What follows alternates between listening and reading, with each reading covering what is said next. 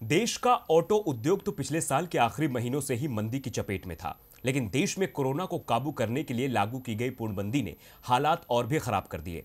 अब भले ही देश अनलॉक मोड में चल रहा हो, लेकिन वाहनों की बिक्री में अब भी गिरावट का दौर जारी है, जिसकी जानकारी दी है federation of automobile dealers association ने। तो और क्या कुछ कहना है एफएडीए का, इस रिपोर्ट में देखिए। देश में पूर्णबंदी ने भले ही कोरोना को काबू ना किया हो, लेकिन पूर्णबंदी से आर्थिक हालात जरूर काबू से बाहर हो गए हैं। अर्थव्यवस्था लगातार गर्त में जा रही है। तमाम सेक्टर मंदी से जूझ रहे हैं। अनलॉक मोड से उम्मीद थी कि इससे हालात जल्द बेहतर होंगे, लेकिन पूर्णबंदी में ढील के बावजूद देश का ऑटो उद्योग गर्त में नजर आ रहा है। जी हां, वाहन क्षेत्र में गिरावट का सिलसिला लगातार जारी है। जून में यात्री वाहनों की बिक्री 38.34% घटकर 1,26,417 इकाई रही।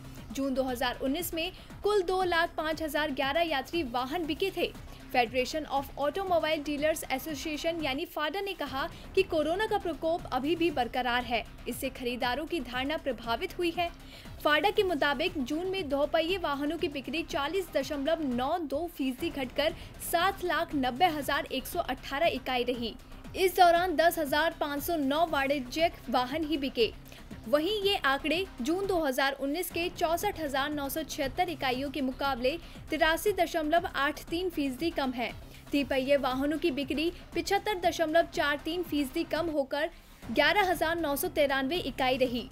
इस दौरान विभिन्न श्रेणी के वाहनों की कुल बिक्री 16,97,166 इकाई से 42% घटकर 9,84,395 इकाई रही। बिक्री के ये आंकड़े 1,440 में 1,230 क्षेत्रीय परिवहन कार्यालयों में जुटाए आंकड़ों पर आधारित हैं।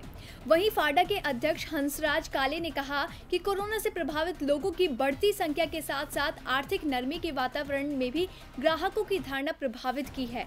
बड़े शहरों में इसका ज्यादा असर दिख रहा है, लेकिन ग्रामीण इलाकों में अच्छी फसल और समय पर मानसून आने से मांग में सुधार है। इससे ग्रामीण इलाकों में ट्रैक्टरों की खुदरा बिक्री में वृद्धि के साथ दोपहिए और छोटे वाणिज्यिक वाहनों की मांग बढ़ी है। उन्होंने कहा कि मई के मुकाबले जून में वाहनों का रजिस्ट्रेशन बढ़ा है। आगे अगर लॉकडाउन नहीं लगता है तो जुलाई में हालात और सुधरने की उम्मीद है। जून के मुकाबले जुलाई में भी रजिस्ट्रेशन बढ़ेगा। अब उम्मीद तो की जा रही है, लेकिन ये उम्मीद हकीकत में तब्दील हो पाती है या नहीं, ये देखना होगा। डीबी लाइव की रिपोर्ट।